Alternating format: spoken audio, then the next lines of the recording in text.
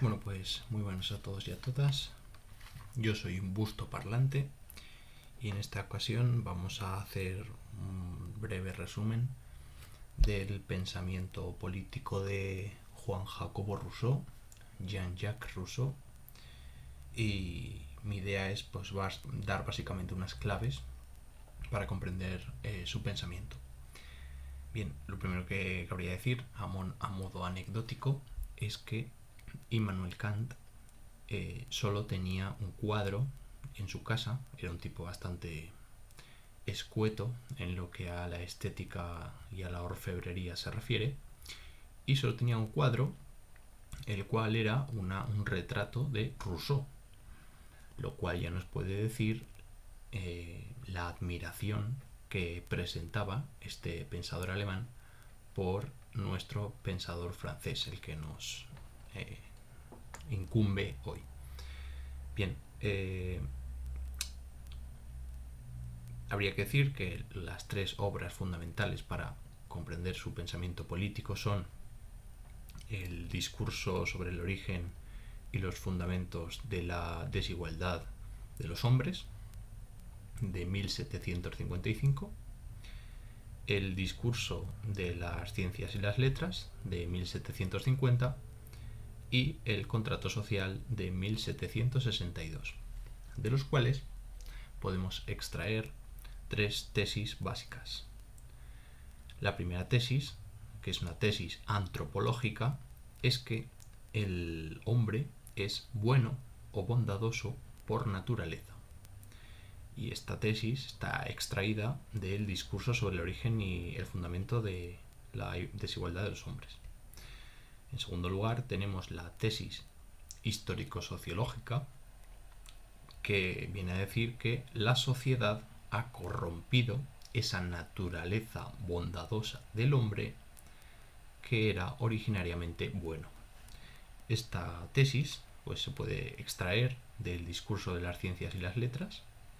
Y en tercer lugar tenemos la tesis política fuerte, y es que el Estado civil, mediante el contrato social, puede superar esa corrupción y supone un retorno al estado de naturaleza. Tesis que se puede extraer del contrato social.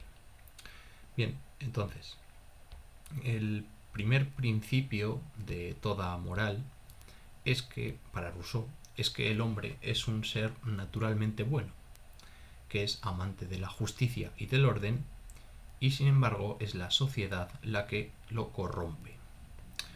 Segundo principio sería que esta causa, la causa del mal o del desgarramiento, el distanciamiento con su bondad, es decir, esta causa del mal es el orden social, que tiraniza, que polemiza con el orden natural.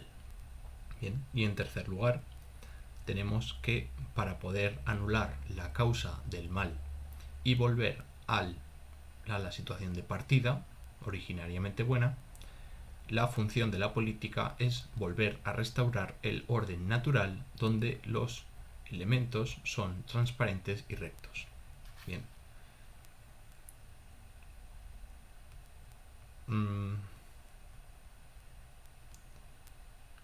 Entonces diríamos que lo más humano del hombre no es la reflexión, sino que eso es precisamente lo que rompe las cosas. Aquí podríamos establecer una distinción entre lo ingenuo y lo sentimental. Bien, Schiller es un pensador alemán, sobre poesía ingenua y sentimental, establece que hay dos tipos de poetas. El poeta ingenuo es aquel que es hombre de la naturaleza, es decir, un hombre que es naturaleza, entendiendo naturaleza por unidad y diciendo algo así como que no soy distinto del otro, sino que es una especie de vuelta al seno materno, un volver, un regresar. Y en segundo lugar tenemos al poeta sentimentalista, que es aquel hombre que busca la naturaleza. Y si la busca es porque no la tiene. Se encuentra en un mundo que le resulta extraño. Ha sido expulsado de una situación natural de partida y está definitivamente perdido. Y no hay un reencuentro posible con el paraíso. Entonces, podríamos decir que somos seres escindidos que anhelamos rescindir esa condición originaria y romper con la extrañeza, con la diferencia y con la herida propia de nuestra actual condición. Por ejemplo, entonces los seres naturales son lo que nosotros fuimos y son lo que debemos volver a ser. Entonces vivimos en esa perpetua situación de volver a ser naturales. Hemos sido naturales como el resto de seres y nuestra cultura debe devolvernos, hacernos llegar a la naturaleza mediante nuevas armas. Estas armas van a ser la cultura, fundamentalmente las herramientas de la libertad y de la razón. Bien, el hombre libre no es ingenuo, sino que es sentimental. Nosotros somos libres cuando la voluntad obedece a la sola ley de la razón o la libertad. Aquí podríamos incluir una distinción que se inventa o inauguró el pensador romano Gallo, una distinción de un jurista en la época del imperio de los agustinos, ¿no? Bien, Gallo en Instituciones 1, 3, 10, 11 distingue entre homines ingenui, homines ingenui y homines libertini. Y en los homines ingenui, es decir, ingenuos o innatos, son aquellos qui liberi nati sunt, es decir, que han nacido libres. Es decir, una persona que nace libre es un hombre ingenuo. Por otro lado, los homines libertini, es decir, los libertinos, los hombres libres, con todo el derecho a la palabra, son aquellos qui ex justa servitute manumisi sunt, que significa que han sido liberados de una situación de servidumbre originaria o una esclavitud sujetos a derecho. Entonces tenemos que solo está despierto de verdad y es libre de verdad quien sale del sueño, quien sale de una esclavitud quien permanece eternamente en un mundo, digamos, de perpetua libertad, y quien ha nacido en la libertad, por supuesto. Es decir, que aquí el que sabe lo que es la libertad es aquel que la ha conseguido porque no la poseía. Entonces, el problema que tiene Rousseau es el siguiente: ¿cómo podemos volver a ser naturales sin ser naturales? Porque esa situación de naturaleza se ha perdido. Y la solución que da es la del contrato social. Por tanto, hay una restitución sentimental de la libertad originaria como seres naturales. Ese tiene un sentido sentimental opuesto al ingenuo propio de la política. Entonces aquí viene el estado de naturaleza. Bien, voy a leer un fragmento muy breve de Rousseau, del discurso de desigualdad, del discurso sobre el origen de la desigualdad de los hombres, que dice así: concluyamos que el hombre salvaje, errante en los bosques, sin industria, sin palabra, sin domicilio, sin guerra y sin relaciones, sin necesidad alguna de sus semejantes, así como sin ningún deseo de perjudicarlos, quizá hasta sin reconocer nunca a ninguno individualmente, sujeto a pocas pasiones y bastándose a sí mismo, solo tenía los sentimientos y las luces propias de este estado. Solo sentía sus verdaderas necesidades. Solo miraba aquello que le interesaba ver. y su inteligencia no hacía más progresos que su vanidad. Si por casualidad hacía algún descubrimiento, tanto menos podía comunicarlo, cuanto que ni reconocía a sus hijos. El arte perecía con el inventor. No había educación ni progreso. Las generaciones se multiplicaban inútilmente, y partiendo siempre cada una del mismo punto, los siglos transcurrían en la tosquedad de las primeras edades.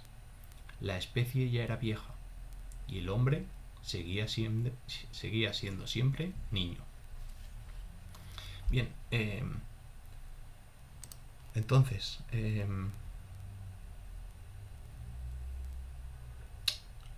lo que significa esta idea es que esta es la definición absolutamente bella de la literatura de Rousseau, que nos viene a decir algo así como que el estado natural es un estado que ya no existe, que no ha existido nunca y que probablemente no existirá jamás. Pero sin embargo es necesario tener conceptos adecuados para juzgar con justeza nuestro estado presente. Por lo tanto, el estado de naturaleza es una idea regulativa que, aunque sea ficticia o falsa, nos sirve para regular o reglar ese pensamiento. Se trata, por tanto, de una hipótesis metodológica. La condición primitiva es la raíz del estado civil. Es una ingenuidad perdida y una sentimentalidad a encontrar. Y lo que he leído previamente de Rousseau es la definición que da del hombre primitivo. No hay progreso, por tanto, en el estado de la naturaleza, sino que es una especie de retorno, un regreso siempre al mismo punto. Entonces tenemos que esto se engarza con las tesis dichas al inicio, y que un retorno al estado originario en cuanto tal es un estado sentimental, es un retorno sentimental, es un regreso al retorno no ingenuo sino sentimental.